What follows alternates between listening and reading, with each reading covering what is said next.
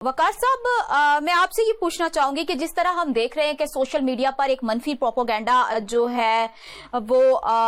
भारत और दीगर मुखालिफ अनासर की जानिब से फैलाया जा रहा है कि कश्मीर में जो सूरत हाल है वो बहुत ज्यादा खराब है। उधर पीपल्स पार्टी है वो हम देख रहे हैं कि वो मुसलसल धांधली का इल्जाम लगा रही है नून लीग पर। और अभी जो स्टेटमेंट आई है राना सनाउल्लाह की, उन्होंने कहा है कि हम 24 सीटें वहां से जीत चुके हैं और 23 सीटें चाहिए होती हैं जो है इसमें विन करने के लिए। तो आपको क्या लगता है कि ये जो इंतखाबी अमल है ये मुअख्खर किया गया है? जिस तरह पीपल्स पार्टी नून लीग पर इल्जाम लगा रही है कि उन्होंने जो है वो धांधली की है और वो जो अपनी रिक्वायर्ड सीटें हैं वो अब जीत चुके हैं, तो अब वो चीजों को मजीद जो है वो आगे लिंगर डाउन कर रहे हैं।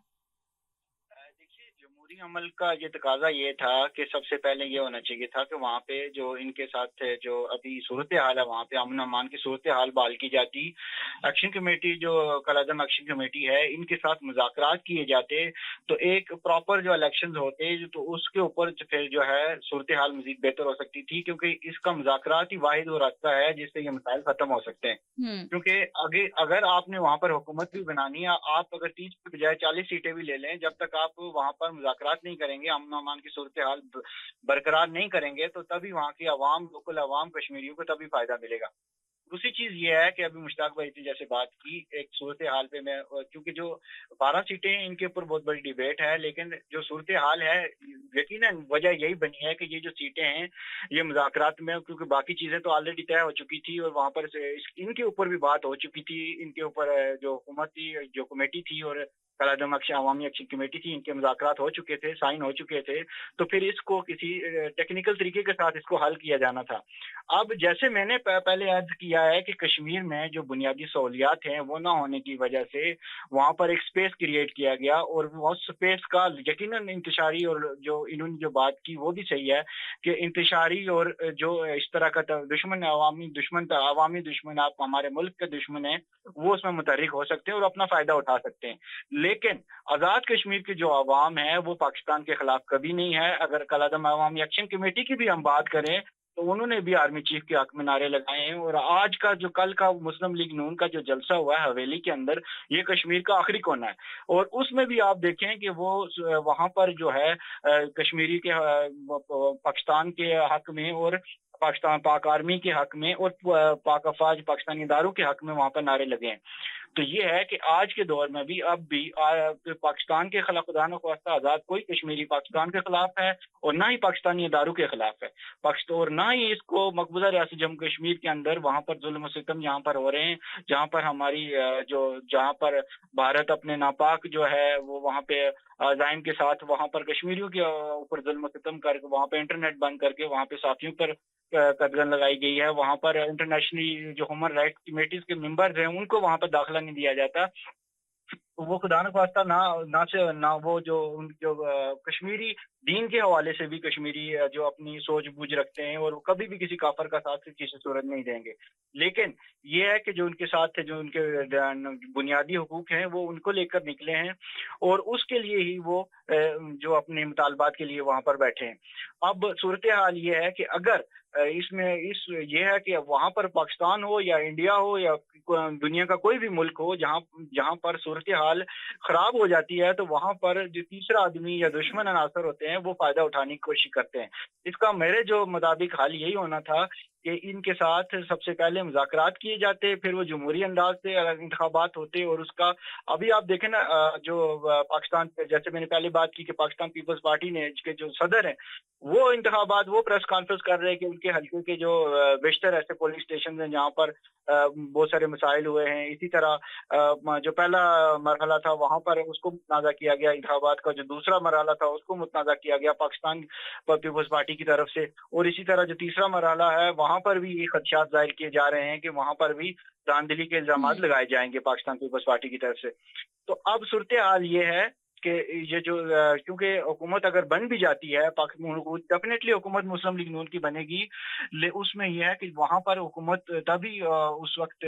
وہاں پر بہتری آ سکتی ہے جب تک مذاکرات، ایک پرامن مذاکرات کیے جائیں تاکہ یہ دشمن کا راستہ بھی روکا جائے۔ ہاں جی، جس طرح سے مشتاق صاحب نے بتایا ہمیں کہ کچھ عناصر، کچھ ایسی ویڈیوز وہاں سے اپلوڈ ہوئی جہاں پہ ملک کے خلاف جہاں پر بات کی گئی، اداروں کے خلاف بات کی گئی، تو وہ فرد واحد کو پھر وہاں پر موقع ہی نہیں ملے گا۔ جب آپ ایسے دشمن، جب آپ مذاکرات کر کے ایک اتھینٹک طریقے سے آگے بڑھیں گے تو انشاءاللہ ان ساری چیزوں کو ہم کور کر پائیں گے۔ اور جہاں تک بات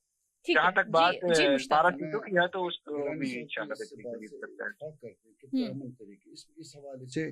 کالعدم ایکشن کمیٹی کو بھی کچھ مثبت قدم اٹھانے ہیں تو حکومت کی طرف سے بھی، وہ یہ ہے کہ جن لوگوں نے پاک فوج یا پاکستان کے خلاف بیانات دیے یا جو منفی عزائم رکھتے، ایکشن کمیٹی انہیں الگ کرے۔ یہ پہلی بات ہے،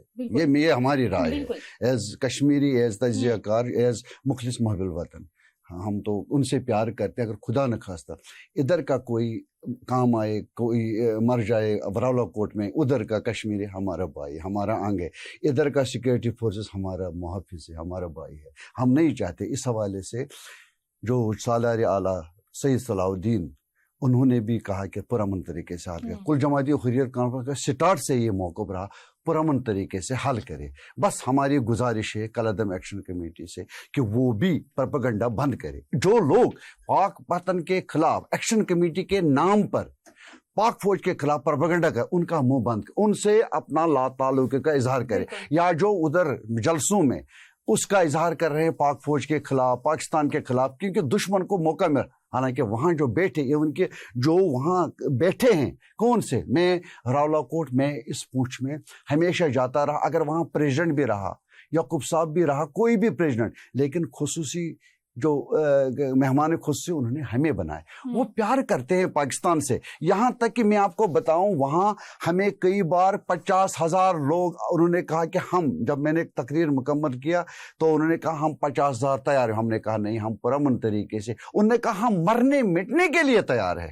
اس خطے میں جہاں آج یہ انتشار ہے۔ ہم نہیں کہیں گے، انہوں نے بجا فرمایا وقار صاحب نے کہ بالکل وہاں پاکستان کے خلاف، لیکن جب کوئی لیڈرشپ میں ایسی بات کہے، دیکھیں یہ پاکستان، ایک بات میں بتاؤں، پاکستان کی جو فوج ہے، انہوں نے دنیا میں دکھا، یہ میں آپ ایسی بات بتاؤں کہ مجھ پہ کوئی الزام نہ لگے، لیکن پاک فوج جو ہے نا، یہ لٹیروں کو بھی موقع دے رہے ہیں، کوئی اور غلط کام کر اس کو موقع دے رہے ہیں۔ بالکل، کچھ سیاسی جماعتیں بھی جو ہے یہ سارے جو فیصلہ ہوا ہے انتخابات موخر کرنے، یہ بات پہنچانا چاہتا ہوں، یا پاکستان میں، لیکن جہاں بھی پتہ چلے پاک فوج کو کہ یہاں ملک کی سالمیت کو خطرہ ہے، بے شک کی بنیاد پہ بھی وہ نہیں چھوڑتے۔ انہوں نے دنیا ان سے ڈرتی ہے، پاک فوج سے۔ بالکل، یہ انڈیا اتنا بڑا ہے، مئی میں کیا کیا، روس ایک خونی سامراج تھا، کہاں پہنچا ہے۔ بات وہ ہے، میں کہہ رہا ہوں ہمارے بھائی ہے کشمیری ایکشن کمیٹی والے، ان کو بھی سائنٹیفکلی طریقے سے آگے آنا ہے، اور پاک وطن سے مطلب پاک وطن سے مخلص، یہاں ایسی سیاسی پارٹی بے شک چھوٹی ہے، وہاں ایڈوکیٹ نبیلہ ارشاد، اس کو ایکشن کمیٹی، اس کا اپنا علاقہ ہے وہاں، یہ وقار صاحب جانتے ہوں گے، اور وہ پاکستان سے محبت کرنے والے وہاں ہیں۔ ہم نے بنائی تھی 2016 میں پاک کشمیر کیا کہہ رہے ہیں کہ یکجہتی کونسل، اس میں آزاد کشمیر خصوصاً اس پوچھ کے لوگ ہیں محب الوطن جو پاکستان سے محبت کرنے والے، اور یہاں پاکستان کے جو بھی محبت کرنے والے کشمیر سے، ان کی کونسل، وہ ان کو ٹاسک دے دے کہ وہ بھی منفی رجحانات جو پاکستان کے خلاف ایلیمنٹس ہے، دیکھیں نا اب پھر ایک گنجائش، پھر پی ٹی پی والے کہیں گے پاکستان نے کہا نہیں، جو پاک فوج کے خلاف ہے BLP، وہ جو بلوچستان میں، ہم سے بات نہیں کریں گے۔